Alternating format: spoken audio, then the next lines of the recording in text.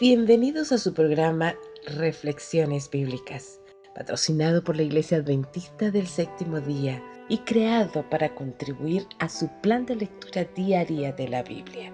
Con ustedes, el pastor Orlando Rosales. Hechos de los Apóstoles, capítulo 28. Verso 1 y 2. Una vez a salvo, supimos que la isla se llamaba Malta. Los nativos nos trataron con singular humanidad. Encendieron un fuego a causa de la lluvia que caía y el frío, y nos recibieron a todos. El capítulo anterior cerró con el episodio del naufragio de la embarcación donde el apóstol Pablo y sus compañeros de viaje habían naufragado cerca de la orilla de una isla. Ahora este capítulo, el 28 y el último, nos describe este lugar y qué ocurrió allí. Malta, una isla en el mar Mediterráneo, fue ocupada por los fenicios y los cartagineses antes de que llegara a ser posesión de Roma en el año 218 a.C. Los romanos la incorporaron a la provincia de Cilicia, pero el grueso de su población siguió siendo semita.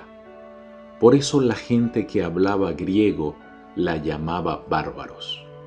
Con este término se designaba a algunos pueblos que no eran griegos ni romanos por descendencia o lenguaje, aunque fueran altamente civilizados y tuviesen la ciudadanía romana, como era el caso de los de Malta. Los habitantes de la isla han retenido su lengua semítica maltesa hasta el día de hoy. Versos 7 y 8. En ese lugar había una propiedad de Publio, el principal de la isla. Él nos hospedó amablemente durante 3 días. El padre de Publio estaba en cama, enfermo de fiebre y desentería. Pablo entró a verlo y después de haber orado, puso las manos encima y lo sanó. Publio era el oficial romano de mayor rango en la isla. Es interesante notar cómo nada, absolutamente nada en la vida de un hijo de Dios pasa por mera casualidad. Pablo llegó a Malta porque Dios sabía que el padre de Publio necesitaba sanidad, junto con todos los demás enfermos de esa isla. Así que el pueblo de Malta conocería al Dios de Israel. Por la gracia divina y debido a que el invierno había comenzado y ya era imposible navegar, Pablo se quedó 3 meses predicando de Jesús a los habitantes de Malta. Verso 16. Al llegar a Roma, el centurión entregó los presos al prefecto militar, pero a Pablo le permitieron vivir aparte, con un soldado que lo custodiaba. Durante más de 3 meses que demoró la tripulación del barco donde venía Pablo para llegar a Roma, la gente, incluyendo al centurión, reconoció la inocencia del siervo de Dios y la evidencia de su ministerio divino.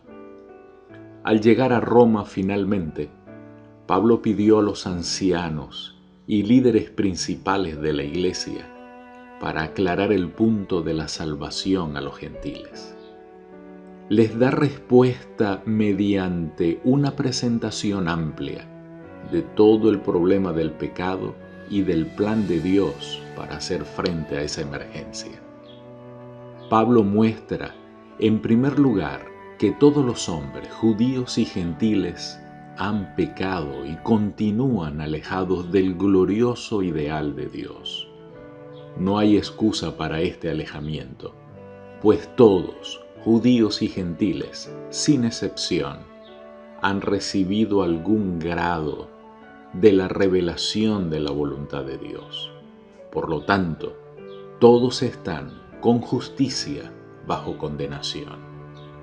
Además, los pecadores son completamente impotentes para liberarse por sí mismos de esta situación, pues en su condición depravada les es absolutamente imposible obedecer la voluntad de Dios.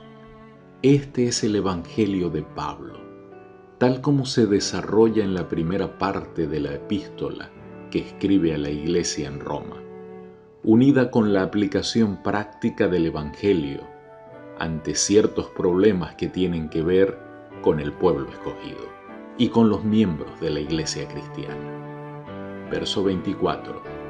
Algunos se convencieron de lo que decía y otros no. Esa sigue siendo la realidad de nuestros días. Querido Dios, gracias porque nuestra vida está siendo conducida por ti. Reconocemos que aún las desgracias que el enemigo trae sobre nosotros, tú las transformas en bendición para nosotros y la vida de otros. Gracias, Señor, por tu inmenso amor. En Cristo Jesús. Amén. Dios te bendiga.